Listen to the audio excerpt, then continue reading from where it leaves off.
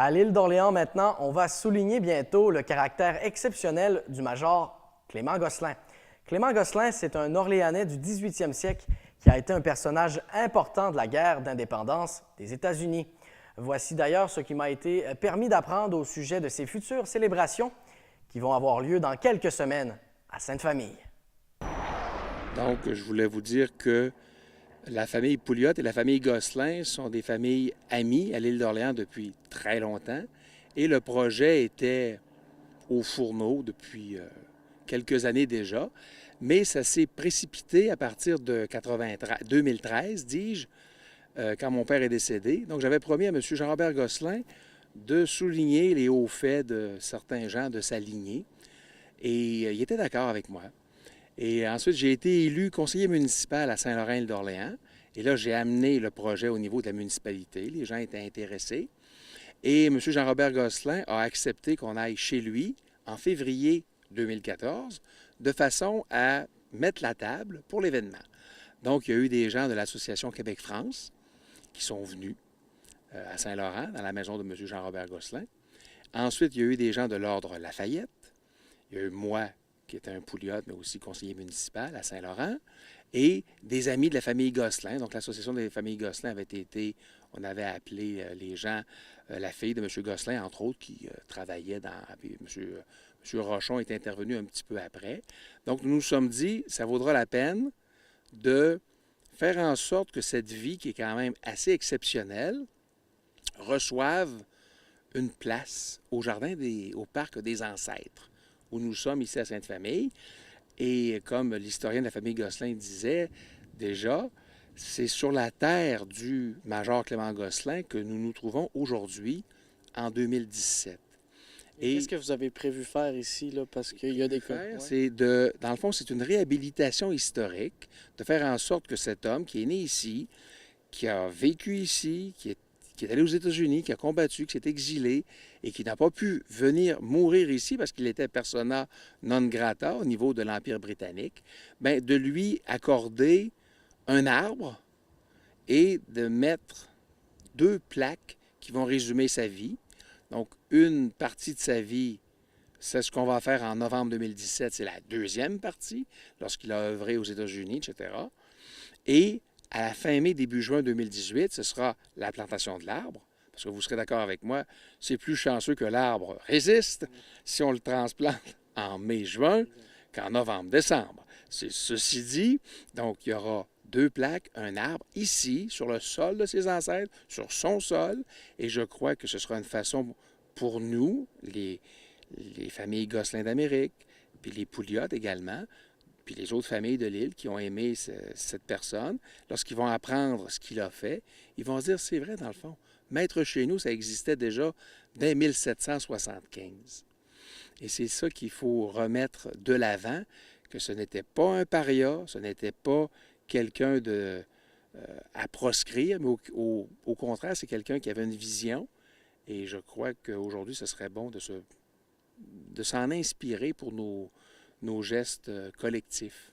Vous l'avez mentionné un petit peu rapidement, là, mais pour la famille Pouliot-Gosselin, j'imagine qu'il va y avoir une inauguration officielle pour ces plaques-là, là, pour qu'eux participent et comprennent l'importance du personnage. C'est surtout la famille Gosselin, effectivement, qui est en premier plan, définitivement.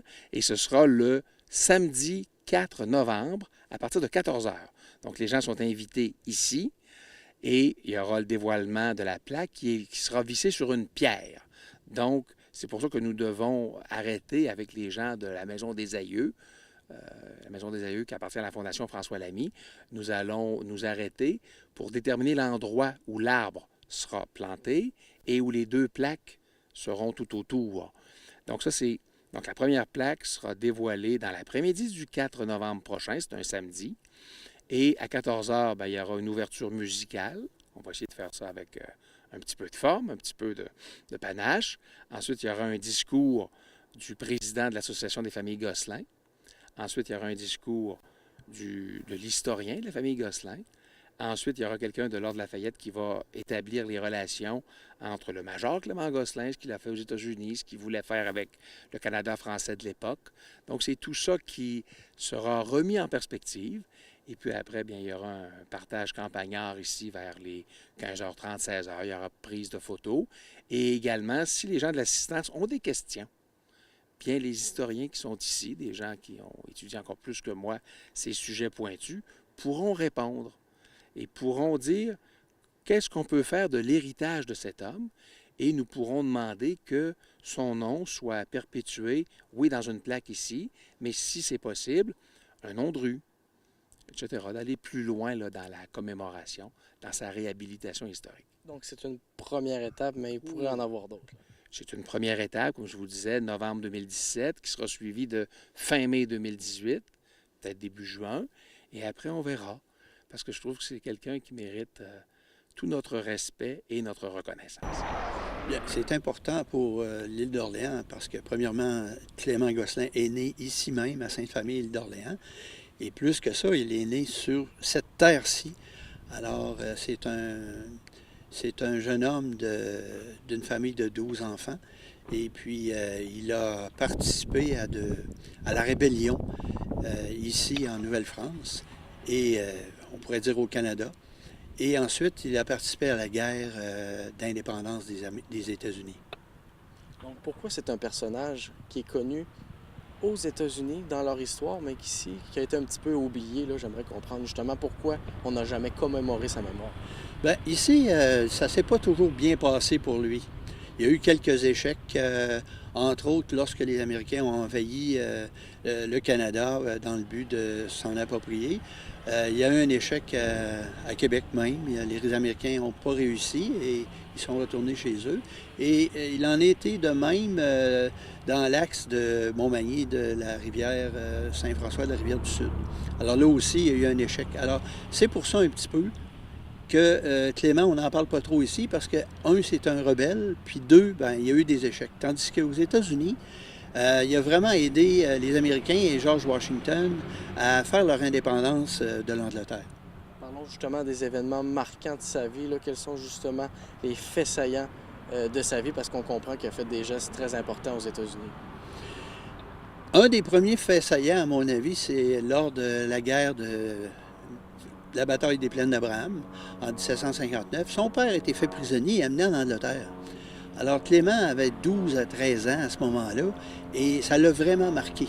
Alors à partir de ce moment-là, Clément il avait une haine des Anglais puis il voulait absolument à ce que les Anglais, chasser les Anglais du pays. Alors ça, c'était le premier fait marquant. Il y en a eu bien d'autres, là. De même, c'est surtout ça qui vous vient en tête. Mais pourquoi aujourd'hui, là, en 2017, c'est important de commémorer sa mémoire, justement, là, parce que j'imagine que sans lui, il y a des choses qui seraient différentes. On veut commémorer sa mémoire parce qu'on ne l'a pas fait à peu près depuis le début. Et puis ça va faire 200 ans. Ça l'a fait 200 ans là, en 2016 qu'il était décédé. Et je pense que c'est important de souligner ce personnage-là parce que, écoutez, il a rencontré des hommes importants. Si on parle du marquis de Montcalm ici, puis si on parle aux États-Unis du général George Washington qui lui parlait comme moi je vous parle, c'est un personnage important. Si on parle de Benjamin Franklin, c'est un autre personnage important. Le père John Carroll, qui était le premier évêque des États-Unis, c'est un autre personnage important. Et le marquis de Lafayette, qui est un envoyé de la France, qui est aussi un personnage important. Alors, essayer de rassembler autant de personnages importants comme ça, je pense que ça met un peu de l'eau dans le verre de celui qu'on parle.